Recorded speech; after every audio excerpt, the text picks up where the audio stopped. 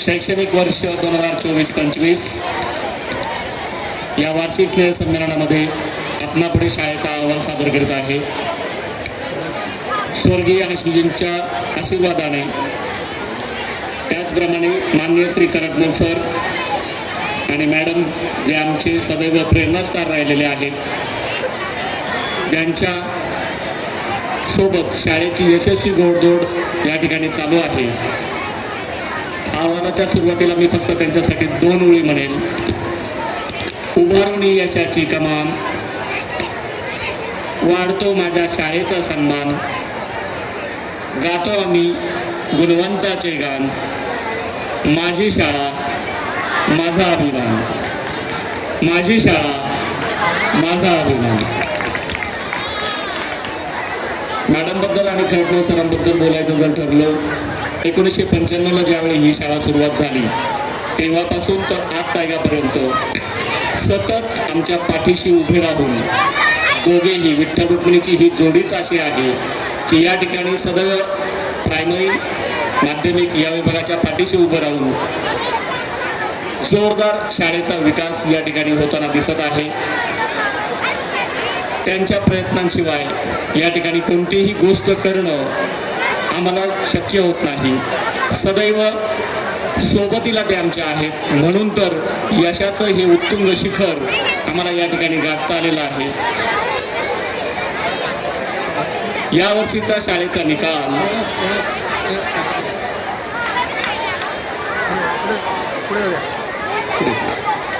यावर्षीचा इयत्ता आपला 10वीचा निकाल. विद्यार्थ्यांना एक विनंती आहे की विद्यार्थ्यांचा आवाज थोडासा जास्त आहे. अहवाल वाचनात तुमच्याही सोबतीची मला गरज लागणार आहे. ज्या ज्यावेळी मी सांगेल त्यावेळी बघा तुम्ही स्वतःहूनच टाळ्या वाजवणार आहात, कारण तुमच्या शिक्षकांचं, विद्यार्थ्यांचं, पालकांचं, सगळ्यांचंच कौतुक मला या अहवालाच्या निमित्ताने या ठिकाणी करायचं आहे. सुरुवात आपण इयत्ता 10वीच्या निकालापासून करणार आहोत. इयत्ता 10वीचा यावर्षीचा आपला निकाल 97.24% एवढा लागलेला आहे. मी मगाशी तुम्हाला म्हटलंच होतं की या ठिकाणी मला तुमची साथ लागणार आहे. मागील 20 वर्षापासून आपला निकाल एकदाही 90%च्या खाली लागले नाही. 100% 2 वेळा आणि यावर्षी 97.24% एवढा लागलेला आहे.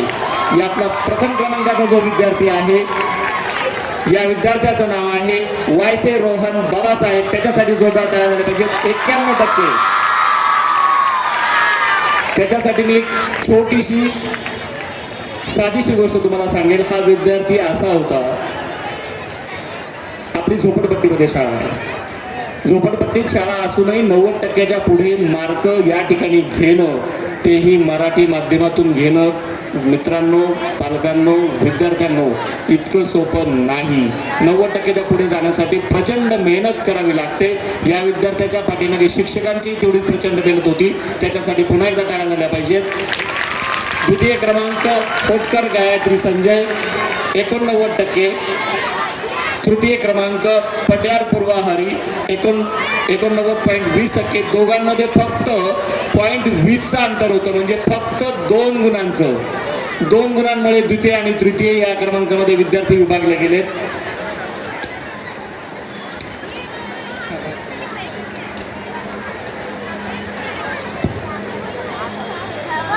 सुरुवात शाळेच्या प्रवेशोत्सवापासून करूया. 15 जूनला आपली शाळा सुरू होते. 15 जूनला सुरू झाल्यानंतर आपल्या शाळेचं वैशिष्ट्य, पुन्हा एकदा आपल्या शाळेचं वैशिष्ट्य की विद्यार्थ्यांचं कुमकुम तिलक करून या ठिकाणी प्रवेशोत्सव साजरा केला जातो. म्हणजे जे विद्यार्थी शाळेच्या पहिल्या दिवशी शाळेमध्ये येतात त्या सर्व विद्यार्थ्यांना कुमकुम तिलक केलं जातं, त्यांची आरती केली जाते आणि मग त्यानंतर त्यांना शाळेमध्ये प्रवेश दिला जातो.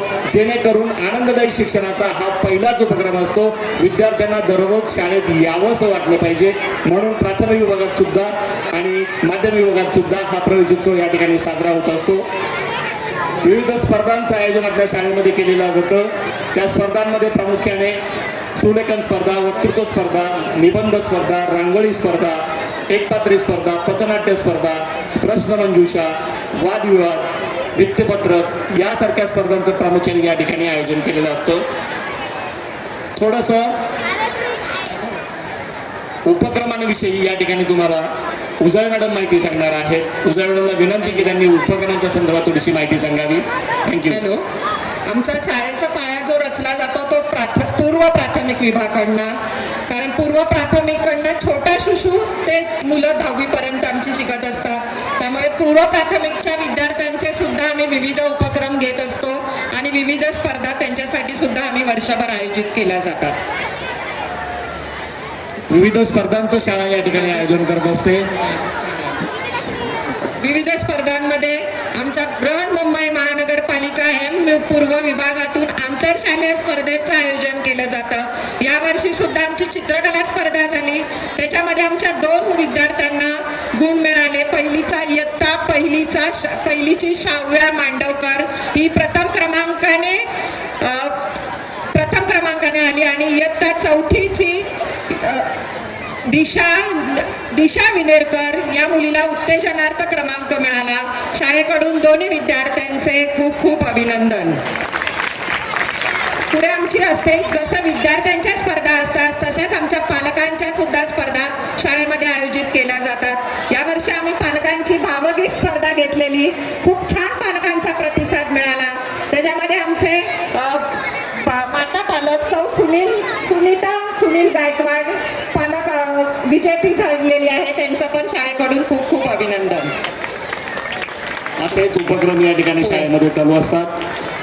विविध शालेय उपक्रमांमध्ये सुलेखन स्पर्धा आहे, वक्तृत्व स्पर्धा आहे, निबंध स्पर्धा आहे, रांगोळी स्पर्धा आहे, एकपात्री स्पर्धा, पथनाट्य स्पर्धा, प्रश्नमंजुषा स्पर्धा, वादविवाद स्पर्धा आणि भित्तीपत्रक स्पर्धा, एवढ्या स्पर्धा एका वर्षात एका शाळेत घेणं सोपं नाही. प्रत्येक महिन्याला किमान एक स्पर्धेचं आयोजन या ठिकाणी शाळेमध्ये केलं जातं. बऱ्याचशा शाळांमध्ये स्पर्धा याच नाहीत आणि आपल्या शाळेमध्ये स्पर्धांशिवाय दुसरं काहीही होत नाही, कारण स्पर्धेनेच विद्यार्थी तयार होतात. जोपर्यंत विद्यार्थ्यांमध्ये याची स्पर्धा लागत नाही, जोपर्यंत त्याला प्रेरणा मिळत नाही, स्टेज जोपर्यंत त्याला मिळत नाही, तोपर्यंत त्याची प्रगती होऊ शकत नाही, असं आमचं ठाम मत आहे. त्यामुळे विविध प्रकारच्या स्पर्धा या ठिकाणी आपण त्यांचं आयोजन केलेलं असतो. शालेय उपक्रम बघा काय काय होतात. टाकाऊपासून टिकाऊ वस्तू तयार करणे. रक्षाबंधन ज्यावेळी असतं त्यावेळी रक्षाबंधनात बरेचसे विद्यार्थी शाळेच्या परिसरात लावलेली झाडं आणि शाळेच्या आतून जी झाडं असतील या झाडांना राख्या बांधणं, गणेशोत्सवासारखा कार्यक्रम असेल, विज्ञान प्रदर्शन असेल, सायन्स एक्झिबिशन असेल, हस्तलिखित असतील, विज्ञान मंडळ असतील, निसर्ग मंडळ असेल किंवा इयत्ता 5वी ते 7वीमध्ये तर अभिनव कल्पना आम्ही मागच्या जवळजवळ 10 वर्षापासून चालू केलेली आहे. कदाचित फार कमी शाळांमध्ये या प्रकारचं आयोजन केलं जातं. इयत्ता 5वी ते 7वीचे विद्यार्थी प्रतिनिधींची निवड ही प्रत्यक्ष निवडणुकीद्वारे त्या ठिकाणी केली जाते. जसं लोकशाहीमध्ये विधानसभेचं किंवा नगरसेवकाचं किंवा ज्या प्रकारचे इलेक्शन होतील तसे वर्गाचे प्रतिनिधी या ठिकाणी विद्यार्थ्यांच्या मधून प्रत्यक्ष निवडणुकीच्या माध्यमातून त्या ठिकाणी निवडले जातात.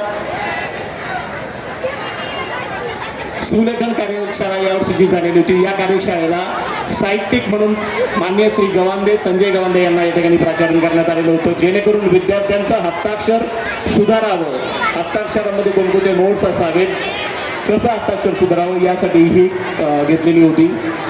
त्याचबरोबर इयत्ता 9वी आणि 10वीसाठी चित्रकला ग्रेड परीक्षा जी झालेली होती, या ग्रेड परीक्षेचा निकाल यावर्षीचा 100% लागलेला आहे. तो फक्त यावर्षी नाही, पहिल्या वर्षापासून मला वाटतं आता यावेळी 11 वर्ष पूर्ण झाले असावेत, 10 की 11 वर्ष पूर्ण झाले. या 11 वर्षात जेवढे विद्यार्थी इंटरमिजिएटसाठी बसले सगळे विद्यार्थी 100% या ठिकाणी उत्तीर्ण होत गेलेत. कारण त्याच्या पाठीमागे आपल्याकडे कला शिक्षक नाही. मित्रांनो, पालकांना मला सांगायला विशेष आनंद होईल, आपल्याकडे कला शिक्षक नाही. तरी सुद्धा आमच्या माईन मॅडम दरवर्षी 100% निकाल चित्रकला परीक्षेचा घेऊन येतात. त्यांच्यासाठी जोरदार टाळ्या व्हायला हव्यात.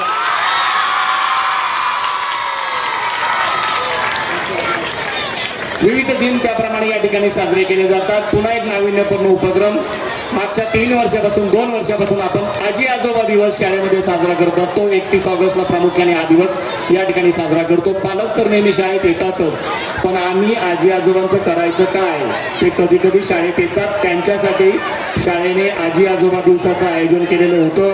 भरपूर चांगला प्रतिसाद. इयत्ता 5वी ते 10वी मध्ये जवळजवळ 110 पालकांच्या जोड्या, आजी आजोबांच्या जोड्या, बरेचसे त्यात तर गावावरून फक्त त्या कार्यक्रमासाठी शाळेत आलेले होते. त्याही आजी आजोबांसाठी आणि पालकांसाठी, त्या विद्यार्थ्यांसाठी टाळ्या व्हायला हव्यात. आषाढीचा कार्यक्रम तर आपल्या सर्वांना माहितीच आहे. दरवर्षी इयत्ता 1ली ते 4थीची दिंडी या विभागातून मिळते. मागच्या 2 वर्षापासून इयत्ता 5वी ते 10वीचा आषाढीचा कार्यक्रम त्या ठिकाणी सुरू केला. 1ली ते 4थीच्या मुलांपासून प्रेरणा घेतली. 1ली ते 4थीच्या मुलांपासून प्रेरणा घेतली आणि 5वी ते 10वीच्या मुलांनी आषाढीचा खूप छान कार्यक्रम, खूप छान भक्तिगीतांचा कार्यक्रम शाळेमध्ये या ठिकाणी साजरा केला. त्या सर्व विद्यार्थ्यांसाठी टाळ्या. क्रीडा महोत्सव,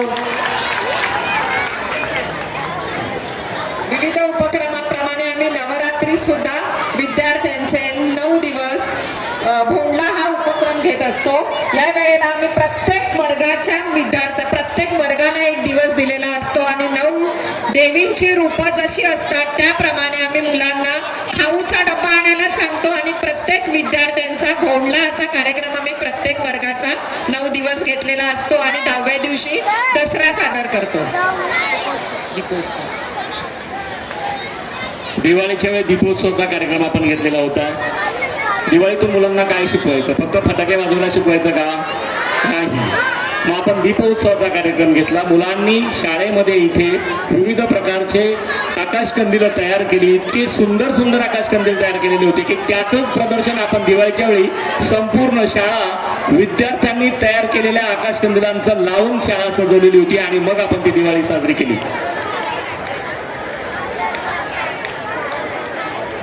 विविध दिन त्याचप्रमाणे शाळेमध्ये साजरे केले जातात. त्यामध्ये पर्यावरण दिन, योग दिन, स्वातंत्र्य दिन, शिक्षक दिन, संविधान दिन, मराठी दिन, विज्ञान दिन. यादी जर मी वाचत गेलो ना तर वेळ खूप वाढेल, म्हणून मी थोडंसं आटोक्यात घेतोय आणि थोडं पुढे जातोय. क्रीडा महोत्सव प्रत्येक वर्षी डिसेंबर महिन्यामध्ये शाळेमध्ये केला जातो. इथे पुन्हा एक सांगण्यासारखी गोष्ट, विद्यार्थी मित्रांनो, आपल्या शाळेमध्ये BPEDचे शिक्षक आहेत, परंतु त्यांची विद्या प्राधिकरणामध्ये निवड झालेली आहे, त्यामुळे ते सध्या तिकडे असतात. पण मागच्या 25-27 वर्षापासून एकही वर्ष आपलं असं गेलं नाही की आपण क्रीडा महोत्सव साजरा केला नाही. हा क्रीडा महोत्सव साजरा करत असताना कोणताही क्रीडा शिक्षक शाळेमध्ये उपलब्ध नसताना आपण क्रीडा महोत्सव घेतो. कोणताही BPED शिक्षक आपल्याकडे नसताना क्रीडा महोत्सव आपण घेतो. आपल्याकडे हे ज्या ठिकाणी तुम्ही बसलेला आहात हेच ग्राउंड तुमच्याकडे आहे. याच ग्राउंडवर आपल्याला जेवढे शक्य होतील तेवढे इव्हेंट्स आपण या ठिकाणी क्रीडा सप्ताहाच्या माध्यमातून घेत असतो. 3 दिवस हा कार्यक्रम या ठिकाणी चालतो. अजूनही विद्यार्थ्यांमध्ये इतके गुण आहेत की किती कार्यक्रम घ्यावेत आणि किती सोडावेत अशी कधी कधी शंका तयार होते. शासनाने यावर्षीपासून सुरुवात केलेली आनंददायी शनिवारचा कार्यक्रम असतो. दर शनिवारी आनंददायीचा शनिवारचा कार्यक्रम या ठिकाणी विद्यार्थ्यांसाठी घेतो. इतके उपक्रम शाळेमध्ये त्या शनिवारच्या दिवशी विद्यार्थ्यांकडून करून घेतले जातात की त्यामुळे विद्यार्थी हा सतत उपक्रमशील राहतो आणि त्याला शाळेत यावंसं वाटतं. त्यामुळे आपल्या शाळेमध्ये विद्यार्थ्यांचं गैरहजेरीचं प्रमाण इतर शाळेपेक्षा कमी आहे. हे बरेचसे फोटो तुम्हाला या ठिकाणी दिसतील.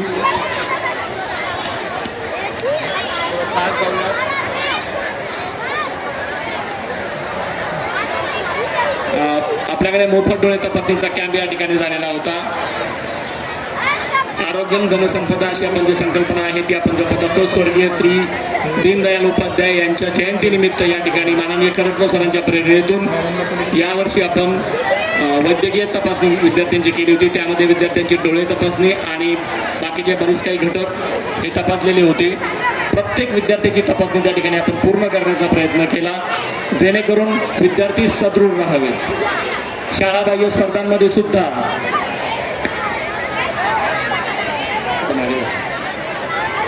अखिल भारतीय विद्यार्थी आणि विज्ञान मेळाव्यामध्ये आपल्या शाळेमध्ये वक्तृत्व स्पर्धा जी झालेली होती त्यामध्ये आपल्या शाळेतील विद्यार्थ्याला मानदेय ओंकार संदेश या विद्यार्थ्याला 2य क्रमांक मिळाला. मिळाला होता, त्याच्यासाठी टाळ्या झाला पाहिजे. निबंध स्पर्धा वार्डस्तरीय विज्ञान प्रदर्शन. आता तुम्हाला फक्त टाळ्याच वाजवायच्या आहेत, टाळ्यांचा वेग कमी होता कामा नये. निबंध स्पर्धा प्रथम क्रमांक मोठा गट नेमन तनिषा गणेश. निबंध स्पर्धा प्रथम क्रमांक तृतीय क्रमांक झांद्रे समर्थ सुनील.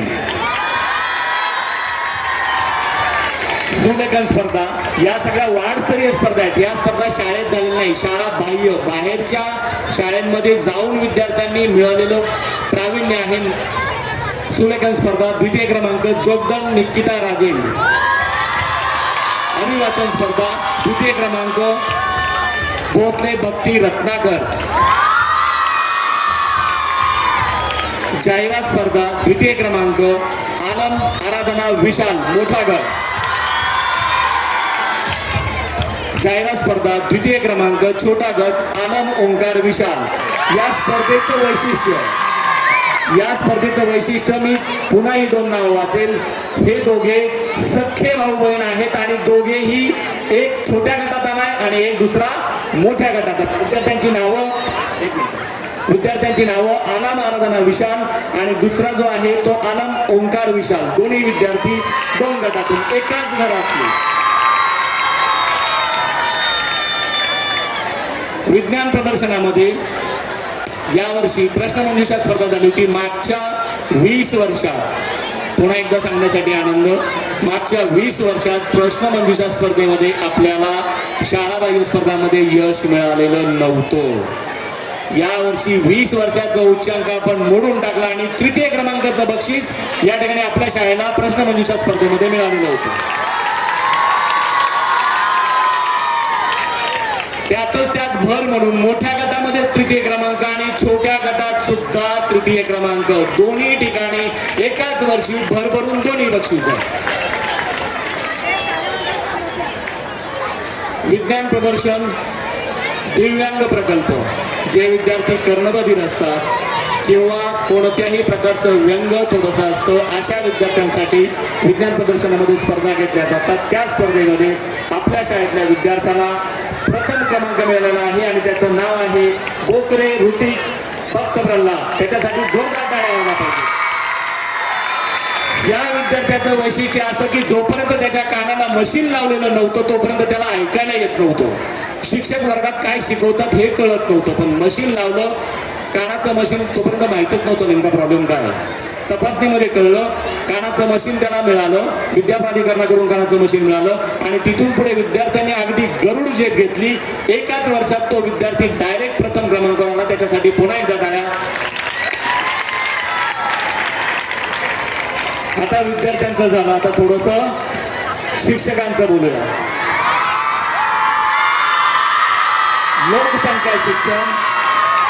लोकसंख्या शिक्षण प्रकल्प द्वितीय क्रमांक आणि त्याचे शिक्षक आहेत सौ माईन मॅडम.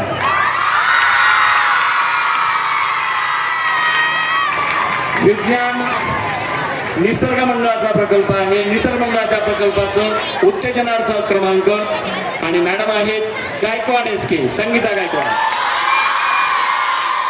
पुन्हा एकदा लोकसंख्या शिक्षण प्रकल्प, पुन्हा एकदा उत्तेजनार्थ क्रमांक आणि त्याच्या शिक्षिका आहेत नाईक पूर्वा मॅडम.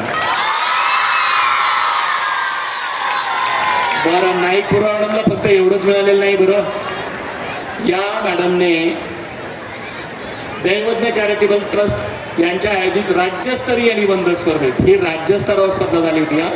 ही जिल्हा स्तर नाही, तालुका स्तर नाही, ही राज्यस्तरावर स्पर्धा झाली. त्यामध्ये त्यांना सर्वोत्तम विज्ञान शिक्षक म्हणून गौरवण्यात आलेला आहे. त्यांच्यासाठी जोरदार टाळ्या झाल्या पाहिजे.